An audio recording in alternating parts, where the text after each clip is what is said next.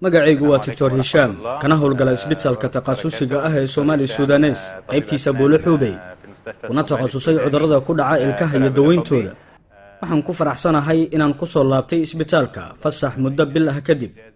waxaan ku wargelinayaa bukaanadayda inaan isbitaalka diyaar ku ahay maalmaha Sabtida ilaa iyo Khamiista saacadaha 7 aroornimo ilaa 4 galabnimo. ka qayb ahaan waxaan la tacaalnaa dhammaan xanuunada ilkaha sida toosinta ilkaha, bedelidda ilkaha, xirista ilkaha, hagaajinta ciridka iyo ilkaha, neerfadilista ilkaha xanuunsan iyo dhammaan xanuunada ilkaha. waxaan ugu shaqaynaynaa bukaanadeenna si ay ku dheehan tahay khibrad, karti iyo hufnaan. mahadsanidin. ونتمنى هالشيء يكون بإذن الله شيء جيد وخدمة ممتازة نقدم لكم إياه.